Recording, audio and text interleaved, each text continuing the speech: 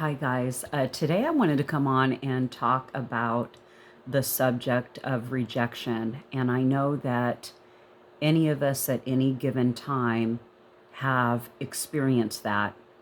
And I wanted to really discuss the idea of rethinking or redirecting when we have the experience of rejection and how we can handle it in a way that really is going to be of benefit to both parties involved, right? Ourselves and the other person that we're actually interacting with, right? So, being rejected is not fun for anybody, whether it's personally or professionally. It just doesn't feel good. It's going to sting, and we need to decide that um, as we're interacting with people, especially in business, that you don't, take it personally, right? You don't want to take it personal. We need to understand that when we are connecting with people, we are presenting them information and they are deciding. So it isn't anything that we're doing. We may not know what's going on in their life. There could be varying things. If they're saying no, it's not that they're saying no to us personally. It could just be that they're not interested. Um, they are not focused enough to be able to really grasp what you have presented. Maybe they don't see a need for it. Okay, and we need to understand that we're just information presenters. We're not convincing. We are information presenters.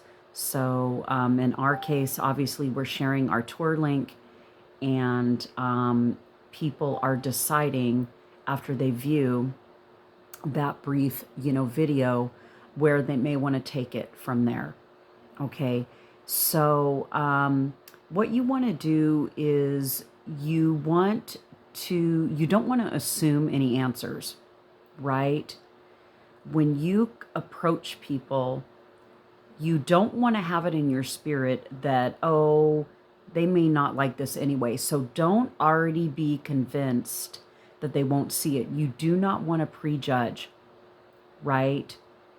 You want to, the more that you're not attached to the outcome, the more you're going to be cushioning yourself from that place of rejection. Okay.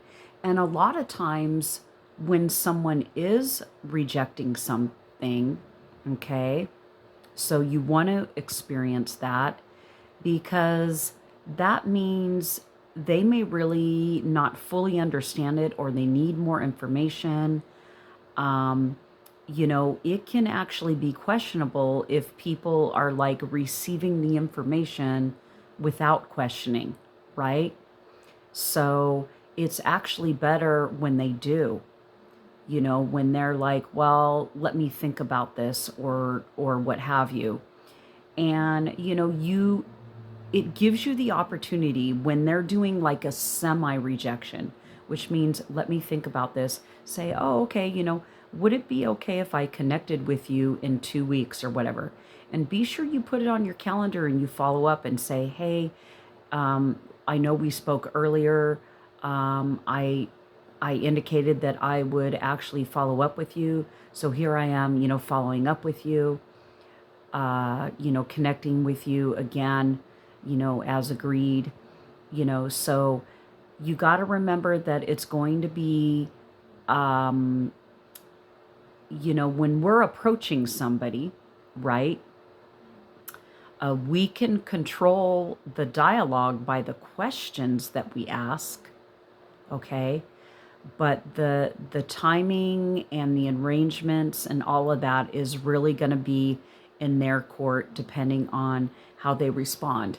And the thing is guys, the more that you connect with people and have the experience of rejection, You're going to start seeing patterns and styles, and you're going to get to a point where you will develop the confidence. So the rejection process, when you reframe it, the rejection process actually allows you to develop the confidence to know what to expect when people are typically going to reject in these ways. Usually it's going to be money, it's going to be time, it's going to be I don't know how.